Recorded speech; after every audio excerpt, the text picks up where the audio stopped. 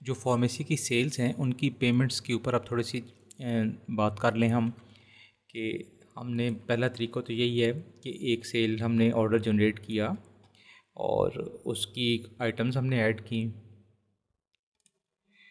Items add करने के बाद हमारी वो कस्टमर था, वॉक इन कस्टमर था, उसको हमने कंफर्म एंड फाइनलाइज़ किया और यहाँ से ही हमने पेमेंट रिसीव कर ली। दूसरी तरीका ये हो सकता है कि हमने सेल ऑर्डर जनरेट किया और वो कस्टमर ने कहा कि मैं बाद में इसकी पेमेंट करूँगा। तो ऐसी सूरत में जब ये ऑर्डर आप बनाएंगे तो कंफर्म और फाइनलाइज़ तो कर देंगे आप और उसे प्रोडक्ट्स भी दे देंगे अपनी, लेकिन उसके पैसे आप रिसीव नहीं करेंगे। तो अब ये जो हमारा ये वाला ऑर्डर है सेल का, ये हमारी अनपेड सेल ऑर्डर्स की लिस्ट में चला जाएगा। ये ऑर्डर आ गया मेरा, तो ये ऑर्डर मुझे भी नज़र आ रहा है और रिसेप्शन वाले अकाउंट में भी नज़र आ रहा है और अकाउंट्स में भी नज़र आएगा और एडमिन को भी नज़र आएगा। अब ये पेशेंट अगर एडमिटेड पेशेंट है तो वो हम में से, यानी जितनी मैंने चीज़ें बोली हैं, रिसेप्शन, फार्मेसी, एडमिन या अकाउंट्स, कोई भी इसकी पेमेंट रिसीव कर सकता है जिसको भी उसकी पेमेंट आएगी। मसलन ये एक एडमिटेड पेशेंट है MR677। तो यहाँ पर मैं देख रहा हूँ कि ये मेरे एडमिटेड पेशेंट्स की लिस्ट के अंदर, मेरे अकाउंट्स के अंदर ये आ रहा है MR677।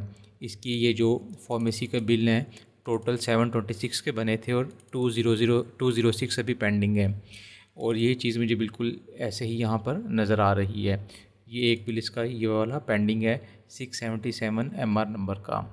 तो या तो मैं यहाँ से रिसीव कर लूँगा अगर मेरे पास वो पेशेंट आ गया है। अगर मेरे पास वो पेशेंट नहीं आया और यानी उसने अपने हॉस्पिटल के बिल के साथ ये पेमेंट क्लियर की है, तो जो हमारा अकाउंट्स वाले होंगे इस पेशेंट को डिस्चार्ज उस वक्त तक नहीं कर सकते जबकि ये फार्मेसी के ड्यू क्लियर नहीं होंगे। तो उसके लिए उनके अपने पैनल में भी नज़र आ रहा है कि फार्मेसी के टोटल कितने बिल बने थे और उसमें से कौन सा पेंडिंग है। तो जब तक इस पेंडिंग बिल को वो क्लियर नहीं करेंगे तो तब तक ये पेशेंट डिस्चार्ज नहीं हो पाएगा। ये पेशेंट मैंने भी क्लियर की है, तो इसके बाद ज़ाहिर बात है वो बाकी फॉर्मेलिटीज़ पूरी करेंगे और उसके बाद पेशेंट को डिस्चार्ज करेंगे। तो वो यहाँ से ही उसको क्लियर कर सकते हैं, जबकि उस दिन के कैश के अंदर ये अकाउंट्स डिपार्टमेंट के कैश में शो होगा, जो आपका फार्मेसी का डिपार्टमेंट है उसके कैश में नहीं आएगा। इसी तरीके से अगर ये पेमेंट रिसेप्शन वालों ने रिसीव की है तो उनके कैश में ये पेमेंट शो होगी, ये अकाउंट्स या फार्मेसी के कैश में नहीं आएगी। ये हम कैसे कंफर्म कर सकते हैं या कैसे देख सकते हैं? अभी मैं मेन जो हमारी रिपोर्ट होगी अकाउंट्स की उसको मैं खोलता हूँ, आज की डेट सेलेक्ट करता हूँ, एनलिस्ट करता हूँ। इस वक्त मुझे वो बता रहा है कि ऑल सेंटर्स हैं, ऑल स्टेशंस हैं। ऑल स्टेशंस का मतलब है अकाउंट्स, लेबॉर्ट्री, मेन रिसेप्शन और फार्मेसी, सारे काउंटर्स की जो पेमेंट्स आई हैं वो यहाँ पर आई हैं। इस वक्त हम सिर्फ फार्मेसी को देखें, टोटल 1823 रुपीज़ की रिसीविंग हुई है आज के दिन के अंदर, ठीक है। और अगर हम देखें तो सिर्फ हम ये देखना चाहें कि हम फार्मेसी काउंटर के अंदर कितनी रिसीविंग हुई है उसको एनलिस्ट करेंगे तो आ जाएगी 1617 रुपये की रिसीविंग फार्मेसी काउंटर ने की है।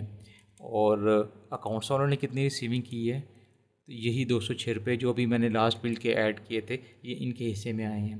फार्मेसी का बिल तो क्लियर हो गया, वो तो सिस्टम से क्लियर होना है, लेकिन जो उसका कैश है वो जो बंदा उसको रिसीव करेगा उसी के अकाउंट के अंदर वो कैश आएगा और शाम के टाइम उसी ने अपना हिसाब देना है अपने इस पेज को खोल कर। और एक और जगह पे ये चीज़ नज़र आती है कि ट्रांजैक्शंस में जाता हूँ, रिसेप्शन पेमेंट्स में जाता हूँ, यहाँ पर जब आपका स्टाफ मुख्तलिफ़ डिपार्टमेंट्स का अकाउंट्स के अंदर हिसाब देने आएगा तो जिस तरह आज के दिन के अंदर ये 1823 की पेमेंट है वो बता रहा है कि सारी की सारी पेमेंट फार्मेसी की है, जबकि कल के गुजरे हुए डे के अंदर 1500 रुपया OPD की इनकम थी और 25 रुपये फार्मेसी की इनकम थी।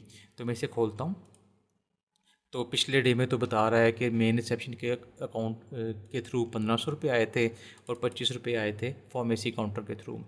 जबकि आज के डे में अगर खोलता हूँ मैं, तो वो बता रहा है आपको कि दोनों की दोनों जो पेमेंट्स हैं वो फार्मेसी ही की पेमेंट्स हैं। और 1600 कुछ रुपए की पेमेंट आपकी आई थी फार्मेसी काउंटर के अंदर ऊपर रिसीव हुई है, और जबकि अकाउंट्स के अंदर 206 रुपये की रिसीव हुई है। इस तरीके से हर चीज़ आपस में इंटीग्रेटेड है। पेशेंट किसी भी सूरत में, जो इंडोर का पेशेंट है जिसकी पेमेंट पेंडिंग है, वो डिस्चार्ज हो ही नहीं सकता जब तक कि उसके फार्मेसी का बिल क्लियर नहीं होगा। और वो बाउंड है अकाउंट्स का डिपार्टमेंट या रिसेप्शन का डिपार्टमेंट पेशेंट के बाकी के पेंडिंग बिल क्लियर करने में। या तो वो कहेगा पेशेंट को कि जाके फार्मेसी में अपने बिल क्लियर कराओ, जो भी आपकी हॉस्पिटल की सेटिंग है, या वो ख़ुद उसकी रिसीविंग ले लेगा।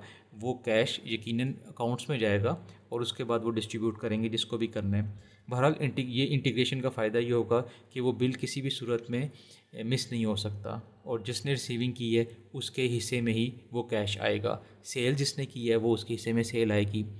तो इस तरीके से हम फार्मेसी के सेल्स के अगेंस्ट पैसे रिसीव कर सकते हैं। अब ये बिल महीने बाद भी रिसीव हो सकता है अगर वो हेल्थ कार्ड का पेशेंट होगा, और अगले दिन या दूसरे दिन पे हो सकता है अगर वो रूटीन का एडमिशन होगा, या अगर वो हॉस्पिटल का स्टाफ है तो मे बी जब भी उसकी पे आएगी तो वो क्लियर करेगा। लेकिन वो सिस्टम के अंदर पेंडिंग ही रहेगा जब तक कि कोई ना कोई उसको क्लियर नहीं करता, और जो क्लियर करेगा उसके कैश के अंदर वो ऐड होगा।